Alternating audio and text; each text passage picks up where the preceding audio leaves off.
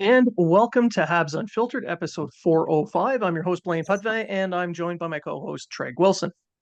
Howdy, partners. Matt is unable to join us for this episode, but he sends his best. Um, so you guys are going to have to, if you're watching us on YouTube, you're going to have to stare at our two ugly mugs. You make fun of my new stash, my shaved, going to the ship face. Oh, yeah. Yeah. That's definitely not a 70s porn stash at all. All right. Well, so this is going to be my last episode until probably the month of November. So I'm gonna make this one count. So it's the UFA season is opened up. We have a few things we're gonna cover. So why don't we just kick it off right away with a couple of hirings? So they moved uh, Burrows to a player development position, but more importantly, they hired Lori Corpusalo as a player development coach, but based in Europe. Yeah, I think that's a good idea because then now they have a full-fledged guy to keep an eye on the players playing over there in Europe. Um, Now, mind you, I don't know how much on ice development he can do going from place to place. But I think it's a good idea. I love how the Habs or this management of the Habs is really getting deep into the development of their players. Like they're setting up a development program, which is something we preached for years under Mark Bergevin. Um, but he was just like, "No, go to Laval and they'll teach you." And Cookie cutter so, style. yeah, or old. It was actually just old school NHL style, develop in the Yep. minors, and away you go. But now they're actually getting. I mean, they have Adam Nicholas now. They have a development program. They set up. They talked to the NCAA, the OH or the CHL. Now they have a guy in Europe, and they're like, "This is what we want. This is what we see in his game. This is what we want to improve in his game." And I mean, you and I talked to at the World Juniors a couple of years ago. Talked to a lot of guys, and we asked. That's what the question we asked, like with Joshua Waugh and Vincent Rohrer. We said, "Hey, what's your? Are you in contact with the Canadiens? Like how?" And they're like, "Not direct contact, but every once in a while, one of the development guys will come visit us, or they'll sit down with us and say, 'Hey, we noticed this in your game.'" You know, without interfering with what the coach of the team, is trying to do for the overall team. Like it's just say, hey, we want you to work on this part of your game. We see a flaw in this part of your game.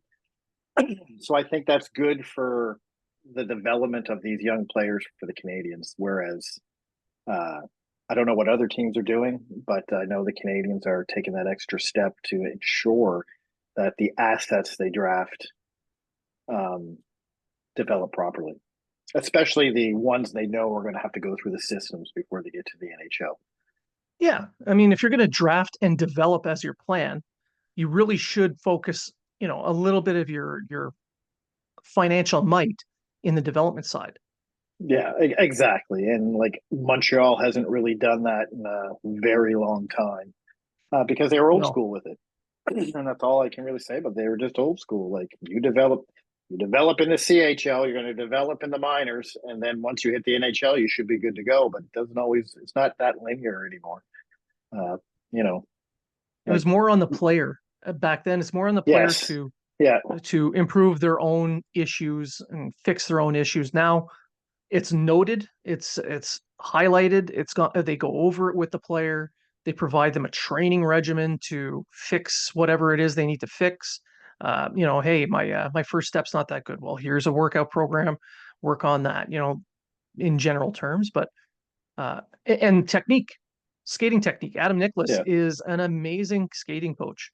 So when they notice somebody whose skating's a little bit off, he can work with them. He can improve that, improving their speed, improving their first step, improving mobility, uh, which is essential in today's NHL. Exactly. I mean, right now, especially with the players with size, which seems the NHL is going to, judging by the last draft, where there was no one in the first round picked under 6 feet, I don't think. I think the average size of the player now is 6'8". Yeah. And that's on the small side. Yeah. They want a bigger player with speed now. So, I mean, if you can go back and think of the old Olympic NHL game for NES, you had the skinny little guys who were the speedy dudes, but got knocked off the puck. Then you had the medium guys, and then you had the big bruiser guys. Well, now they want a kind of a mix of the big bruiser guy and skinny guy. Is what they want as an NHL player. So, and you're seeing a trend to size and speed at these drafts. So yeah, so that's all we can do is make sure that our players develop properly and come up through right. Some are going to make it, some are not going to make it. It's just the way the NHL goes. And I mean, you just got to hope that your first and second rounders are the ones that tend to pretty much make it. And then you got to hope that there's a diamond in the rough, like a Joshua Waugh or a Brendan Gallagher or someone that was picked in the later rounds that shines through. Yeah, that's exactly it. And as we're talking about development, why don't we just talk about the Canadiens' top pick this year, Ivan Demidov? He's going to the KHL. We hope. You had some interesting thoughts prior to us recording on the background on that. Well, Ken Hughes said in his presser there at the draft, or I don't know if it was the draft or the free agency one or the other, but they mentioned Free Demidov. agency, yeah. I think it was the free agency one, and he kind of just said, "Oh yeah, he's going to play in the KHL." They have a good now. They have a good repertoire with the St. Petersburg team, with Nick Bobrov's father being one of their head. I don't know if he's a head scout or just a scout there, but he's one of the scouts on the team. Knows the team very well. But he just said something like, "Hey, we're okay with him playing his year in the KHL. That's what he said he's going to do. He has a contract. We're okay with that." But he also said, however, if he's not playing in the KHL, then maybe we have to look at Other options. other options. So I don't know if that was him trying to speak out to SKA St. Petersburg to say, "Hey, if you're not going to play him, you might as well let him come over here and we can put him in Laval or wherever we feel is the best spot for him." Now, the young Russian that I wanted them to pick at 26/23 or 21 when they moved down was Chernov, and Mm-hmm. he just terminated his contract with Dynamo, and he just signed his entry level contract with San Jose. So Michkov just terminated his contract with SKA St. Petersburg, and he just signed his ELC. So, is it possible Demidov could be in North America this fall? I doubt it, but I mean, I guess nothing's stopping them. Say, I don't know when their season starts. I think it's earlier than the Canadian than the NHL because I know I they think it's end in in May. September. Yeah, they end in May. I know that. But if he's not on SKA and he's playing in the VHL or the MHL, should be the VHL if you go by trajectory, because VHL is their AHL, I guess. Um, then maybe him and his agent and the Canadians say, "Hey, if I'm just going to waste time in a lower league, let me at least do it in North America and get used to North American hockey." Um, I wouldn't be shocked. There seems to be this KHL seems to be more open, I guess, now to terminating contracts with players. That's what I For a think as certain amount of well. money. Yeah, I have now. I read something about the KHL has now separated from the IIHF when it comes to contracts and players and schedules and all this. I never heard it from a reputable source. It's just something I read on Twitter. Um, I'm not sure how reputable that source was, so I don't want to get into any detail with that without knowing. Yeah. But apparently now they can make up their own transfer windows and their own, which to me means you want one of our players, you throw enough money our way and you can have that player. Um, how the NHL side is going to deal with that, I have no idea. It's just something I read today. Again, it's just something I read today on Twitter. Um, but my biggest fear with Demidov is what they do with every young Russian player who they know is not coming back to play for their team. Yeah. Is they get absolutely next to no minutes and they sit on the bench all game long, like Romanov did near the end of his season, his last season. He was averaging I 7 minutes a game. I think Um, that would get them moving to other options as well. yeah, so I'm not saying that's going to happen. I know the coach also put out the coach of SKA also put out a cryptic quote. I don't have it on me in front of me right here, but he said You know, something like that we're it had very a feel of happy. like a farewell feel.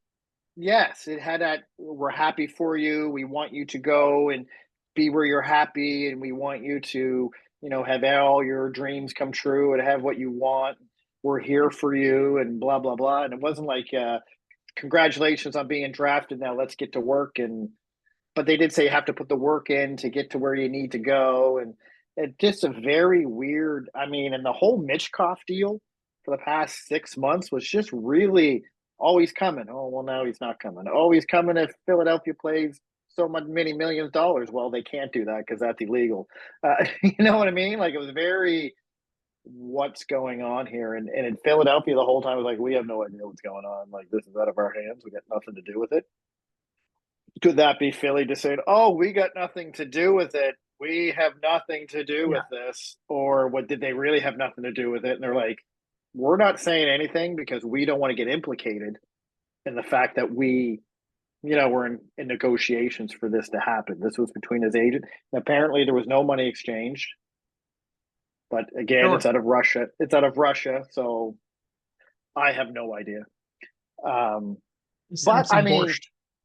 I am at the point now where I wouldn't be surprised if Demidov's playing in North America come September or October, and I wouldn't be surprised if he isn't. So, and I'm okay Yeah. with both as long as he gets the ice time. If he's not getting the ice time in the KHL, it's almost a year wasted. Yeah, and I fully expect them. They're probably gonna let him go back, and he's gonna do whatever he needs to do with St. Petersburg. And you're right. If he doesn't get played or get used or put into situations where he can improve himself, yeah, I totally see him coming back, and I would see the Canadians putting him in the CHL. Wherever. I think he's good enough. He could probably start in the AHL. Um, Yeah. who knows? Maybe they'll throw him in the NHL, but I don't know. I don't know yet. I don't. Ooh. I don't. I'm not big on that. I know Mitchkov has a thing in his contract that if he's not playing in Philadelphia, he has the option to go back to the KHL. Um, it doesn't say he won't play for the AHL. It just says he has the option to go back to the KHL. Um, I don't know how that's going to work either, because it's almost like Yeah. it's almost to me like the Swedish and the Finnish, their uh, their contracts. All right, if he makes the team, great. He can stay in North There's America. the If he out doesn't make clause. the team, he can come back here and play Yeah. in the SHL or the Liga, right? So it's kind of I don't mind that, but we'll see. We'll see what happens. Like I say, I'm not getting my hopes up that he's going to be here in September, and No. I'm not going No. to sit there and say it's never going to happen because I didn't think Mitchkov was going to come over this year either. Like I'll be honest, I didn't.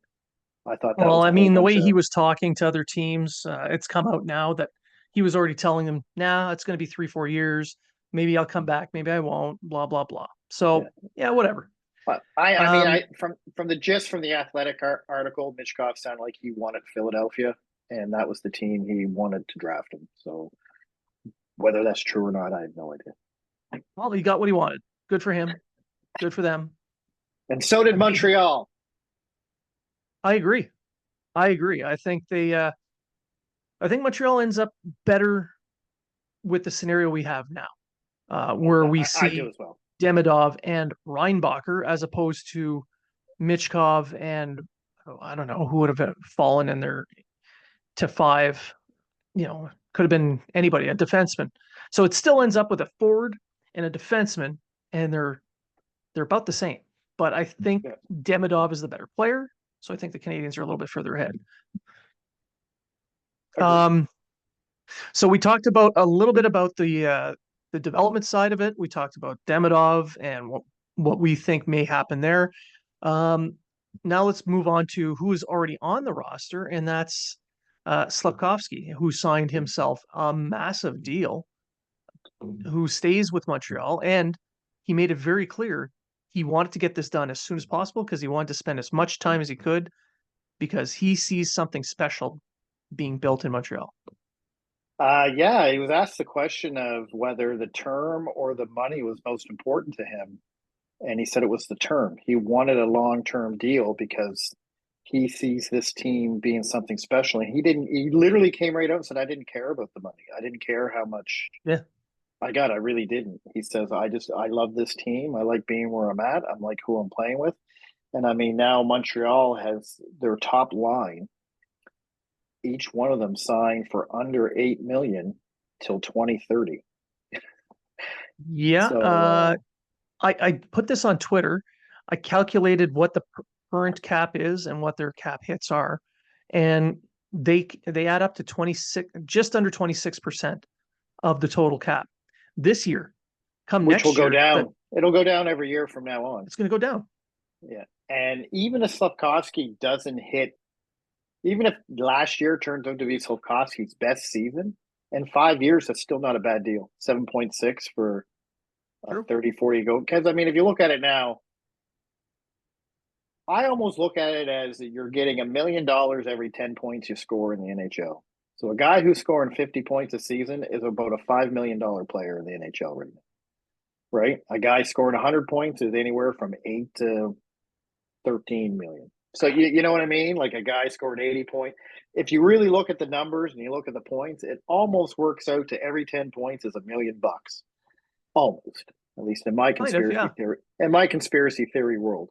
Um, so even if he ends up, I mean, I don't think so. I think he's going to be a good 70-point guy, maybe even a point per game guy down the road.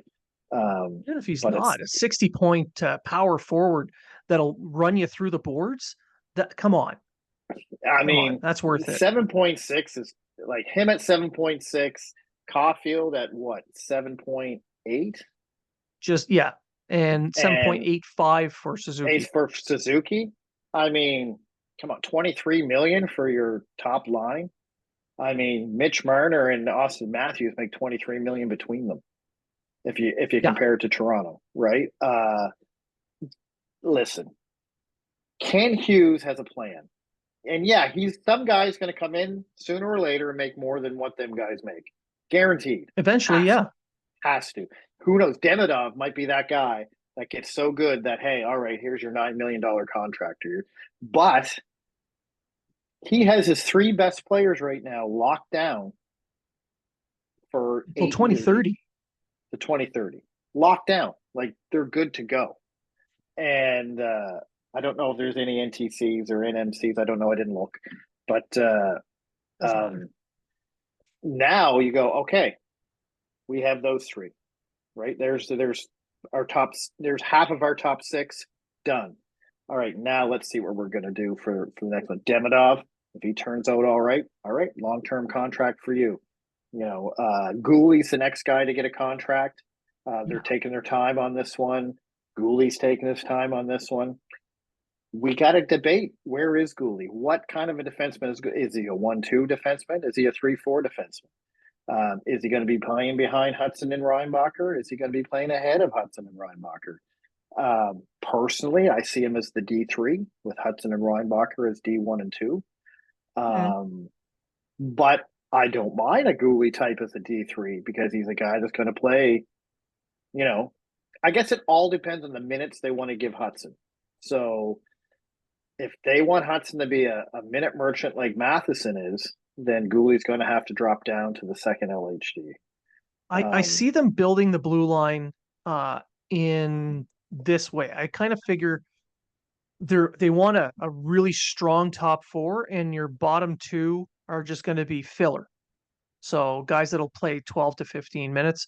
And the top two pairs are going to be taking 25 to minutes each kind of thing. I So agree. I agree.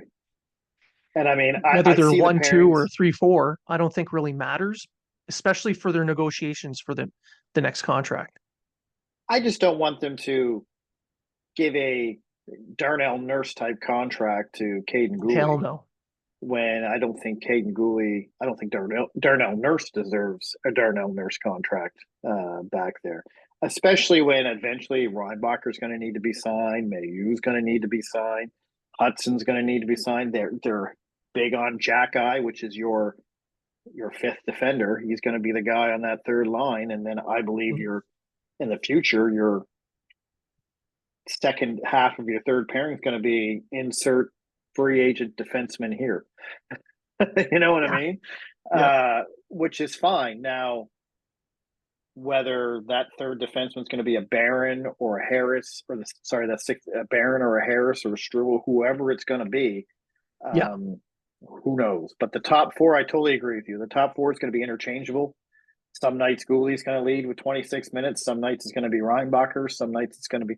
I do believe Reinbacher is probably going to get, when he gets settled in the NHL, is going to get the majority of the minutes. Yeah. Um, He's the kind of defenseman that's going to be a massive minute muncher. yeah, He's not going to do anything flashy. By the end of the night, he'll be a +2. He'll get an assist or something, or he'll have a hand in it. So and he'll have yeah. four or five block shots with 3 hits. Oh yeah. You know what I Yeah. mean? And you're barely going to hear his name, which is what you want in a defense. What you want in a minute eating defenseman. Um, a Mayu, I think, is going to be. I think Montreal has a very good top four defensive pair into the future if they all hit where we think they're going to hit.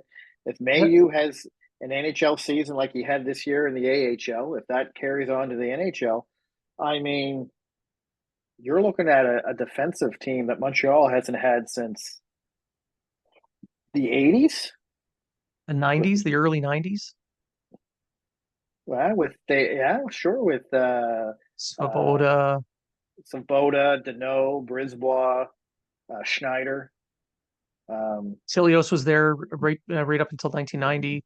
Yeah, but you had Schneider and Desharnais, or not Yep. Desharnais, Desjardins, Desjardins. Yeah. Desjardins, Schneider, Brisbois. I'm just looking at the '93 Cup team. Kevin Haller, but Lyle Odeline. Kevin Haller was that bottom six guy Yep. that just came in and played the 12 to 15 minutes. He wasn't fancy. He was the Kovacevic of the 1993 hockey team. Didn't Reliable. cost you did reliable, didn't cost you a goal, didn't really help you get a goal, but ate those 12 to 13 minutes. Lyle Odeline, another guy, Yep. right? Penalty You know, kill. Those guys, they ate a ton of penalty kill minutes too, yeah, which allowed the top four to uh, be a little bit more rested and focus more on pushing the puck up ice as yeah, opposed to keeping it away from the goalie in their own zone. right. And I just think, and we always preach that a good offense starts with your defense. And I think the top four, you have four very good puck moving offensive creative defensemen. Yeah, highly mobile, Yeah, highly mobile defenseman. yeah, I mean, I as much as I love uh, the defensive setup that they have right now with the veterans that they have, those guys are going to be gone probably by the both of them by the end of this year. you think Matt's gonna be gone by the end of this year? I think so. I think in the summer, this Yeah. next summer, he will not be with the Canadiens. I think if Hudson takes off Yep. and he's the guy they think they are, I wouldn't be shocked if Matheson, both of them are gone by the trade deadline. I wouldn't be shocked. No. But I think you're right. Savard's definitely gone by the trade deadline. But I think Matheson's either trade deadline or a summer deal because you got to give those minutes to Hudson and Mayu, who probably will both start Yep. in Montreal this year. I wouldn't be shocked if both of them start in Montreal this year. So I mean, what's Mayu going to do in No. the AHL? He already pretty much dominated it as a rookie defenseman. The Well, AHL. come on. All he did was get an all-star nod, finish first in scoring amongst rookies. Rookie And defenseman, finished second or third in points. in points, That's nothing. That's nothing. but his plus minus was terrible. Actually, it really Exactly. improved. It was terrible at the first of the season when the entire team was fucking terrible, and Dobich couldn't stop a beach ball. But when did Dobich turn his game around, or did the defense of the Laval Rocket turn their game around? Because I everyone would say improved on the both. second half. I agree, because everyone in the second half improved. So, but I mean, and in all honesty, Mayu's not the guy you're going to look at to be your defensive specialist. He's the guy you're going to No, look at that's going to score you a goal or set a guy up for a goal or create the offense you want to score. he's going to nail somebody So, into the boards. He's going to knock yeah, somebody down in an open ice hit. He'll do the flashy stuff that fans jump out of their seats yeah, for, but he's going to be paired with someone who can just kind of settle the whole thing down for him. So perhaps, I don't know, Gooley. maybe, because then you're going Weird to how have they yeah, kind of then you're going to have 6'11" Reinbacher with 5'2" Elaine Hudson. Oh, what's going to happen there? Hudson's going to be flashy, dashy, and get to sit, and the Reinbacher's going to be like, "You do your thing, brother. I got this." Yeah, yep. you know who did? PK Subban, Josh Georges, PK Subban, man, Andre Andrei Markov. Markov. If you take those two pairings, almost the same type of scenario. I'm not going to say Mayu and Hudson are going to be PK Subban, and I'm not saying Reinbacher or Goulet are going to be Andrei Markov, but the same concept. You have an offensive-minded defenseman who needs protection, but that guy who can protect can also jump in on the offense and Yeah. help create offense. Now, before our YouTube comment section blows up, we're not saying that this future blue line is the end all be all greatest defensive system ever. They're going to be Yes, we are. we're just saying they're going to be they're going to be effective. They're going to fit the system, and they're going to play solid hockey and provide exactly what they were brought in for. You thought the 70s defense was good. This defense is going to blow it away. You're going to forget the names Robinson, Savard, and Lapointe. You're going to pretend Big you won't even three, know they ha, exist. the big six. Okay, Most big of you five and a probably half. don't even know who those big three are right now. You just heard whispers of them in the past. But trust me, if you were young enough, a Montreal fan young enough to remember, and Lapointe, trust me, that man can drink. But anyway, we know this on a personal level. Dallas. So now it's the big 3.5 because you got Hudson. Yeah, Hudson. Yeah. Who's 5'10" now, by the way. Exactly. Just throwing it out there. He's not as tiny. He's bigger than you now. He is. He was always bigger than me. I'm only 5'6", so All right. So we talked a little bit about we never really talked about the Slafkovsky deal. Not really. not We kind of really. went off track. Yeah. What can you say about it? It's an excellent deal. It's like if you're not happy about this Slafkovsky deal or the way Slafkovsky handled it and the way Slafkovsky wants to be on this team, the way he wants to see this. And if you ever watch him in the game, the guy hates to lose. He Oh my hates God. to lose. He's mean And too. He is yeah, he's starting to get greasy, and I love that. The yeah. Canadiens have been needing somebody to do that for a long time. And I mean, I put out on Twitter how uh Hughes deserves a little bit of kudos for how he managed the cap. And of course, Leaf fans, the troll ones, just piling in. Oh, that's all they got because it's all they're worth. I'm like, yeah, that's horrible. Three top line players getting a fair deal and costing less than 25% of your cap. Horrible. Two of those top three players actually went to a Stanley Cup final and actually produced in the playoffs the entire Proven time. playoff performers. Correct. And they weren't even the top line at the time. Well, Suzuki was. Now, Caulfield was. we only have a few minutes left, so I wanted to kind of go through some rumors and finish it off with, the UFA side. So the rumors are flying around right now. The Canadiens are in on Nekash, Line and McGroarty. I mean, it's been nonstop. But they are credible people stating this, saying Montreal is heavy in on McGroarty and Laine. I believe Kent Hughes did not. He said right off the bat he wasn't going to get deep into UFA. He wasn't going to take space away from a young player uh, with a stopgap player. However, he did say he wanted to improve this team and move this team forward close to the playoff. And then to do that, you have to round out our top six.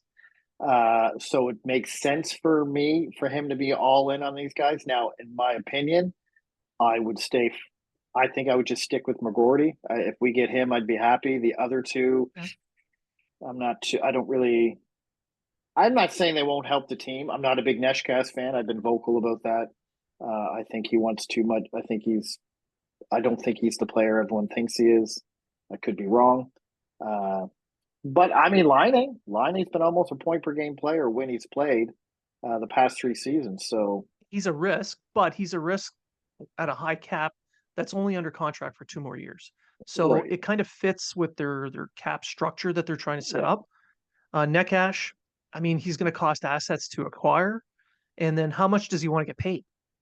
that's just it. That's the thing with me. Like he's technically a 55-point scorer. He had that one season of 71, which to me is an outlier till I see it again. So by going by your standard that you mentioned before, the $1 Five and a million half million. for every 10 points. I'll say 6 million tops. Yeah. Tops. But he'll See, want I more would than be that. okay with that, depending on what the Canadians gave up to land him. But I still Correct. think that I agree with you that McGroarty should be their top priority out of those three, just because of the age Yeah, factor. He fits better with exactly. their age group. Yeah. Now, let's say they don't get these guys, any of them. There's still the UFAs that are out there. Now, there's a few interesting names still available. Uh, like a Daniel Sprong, for instance. Yeah, he's 27, but the guy scored 18 goals last year. A Jack Roslovich, another young guy, well, kind of, he's 27. He didn't get a lot of top six time. He would in Montreal. What do you think? Well, Roslett's more of a center, so he'd have to move to wing, I would think. To right wing. But Yeah. but that could help too, because then you have Doc at center. If Doc gets injured, he can just move over. Because we still have this whole "is Doc going to make the whole season" thing hanging over our heads. Is this, you know? I like Sprong because Sprong can drop down into a bottom six if he's signed to multiple years, and Demidov comes in and jumps right into that top six. Um, I like the fact that Ken Hughes did nothing on free agents day because there was a lot of fucking money thrown around. Like there was a Over a lot of money billion dollars. on a lot of players, and you're like, he signed that contract. Uh, and Yeah. I didn't. I actually, you and I both talked about this. I don't know if it was on air or off air. We didn't think they'd be very active at the UFA, not for anyone big. I think they were in on Perron and they were in on one other big guy, Marsha Show. They were in on those, according to Pierre LeBrun. And Marsha Show almost went that way. Instead, he went for the tax-free state. Shocking. Uh, Almost. I honestly yeah, think that that Montreal's being used as a I negotiation. think so as well. I do too, and I think they have been for years. Um, But I but think they're on the verge of changing that. listen, I think Montreal's on the verge of something magical. I really do. I think if Edmonton doesn't win the cup within the next couple of years, I'm not going to say Toronto because I don't think they're going to win the cup because I don't think Toronto even got better this year. But um, if Edmonton doesn't win the cup, I think Montreal's. And I'm not just saying this as a biased fan. I think they could be the next Canadian team to win the cup in the next 5 to 6 years or whatever. They just have all the pieces. I'm just so impressed with this management team, the way they're building this team. They're doing it so everybody complained that the Canadians never did the rebuild properly. Now they're doing it properly, and there's still a group that want them to rush it. Like, Well, come because on, they hate guys. missing playoffs. They hate missing playoffs, and they're like, "Oh, the fourth year in a row we miss playoffs." I don't give a shit. I don't care if we miss. No. Every Stanley Cup winning team missed the playoffs 5+ years. Every single one of them. At some point. That's Yep. how they built their team. And I'm okay with that. Montreal needed this type of rebuild. They needed it. Yeah, exactly. They needed a good reset. There's still some work left to do with getting rid of some contracts, but not that much left. So, 25, I 26 mean, is the season you got to look at. yeah. All right. So that's pretty much everything for this episode. Like I said at the beginning of the show, this is it for me until probably the end of October, early November. You're going to be deploying in August. August. Yeah. So I'm not sure what it means for the show. We're going to try and figure something out. But in the meantime, you and Matt will carry the mantle through the summer. Well, at least Just till 1st of August. just So wave that mustache. another 3 weeks. Yeah. Um, so we'll try and figure something out. We'll try and do something. Who knows? Maybe it'll be guest hosts with people like our friend Matt Bedard, Ooh. who is, by the Well, way, back on YouTube, Scotian Canadian. Go check him out. He's already got merch out on there. Brought to you by no one. we could have So Spectre's hockey on again. yeah, He's always a fan favorite. Grant McKay, yep. another fan favorite. Him and I don't argue anymore. So we're friends now. No, not at all. But yeah, so I just want to thank everybody for tuning in these last few episodes. We've noticed the support. It's been impressive. I mean, our YouTube channel just jumped over 500 people, 500 subscribers. So that was a massive jump. There was about 300 new subscribers. So thank you very much. And they Um, were all our mother's burner accounts. So it's really cool that. and 40 of them are us. But no, I want to thank everyone for the support. You guys are great. We love the community that's been built around us and in the Montreal Canadiens side. So thank you very much. And remember, if you're talking about it, so are we.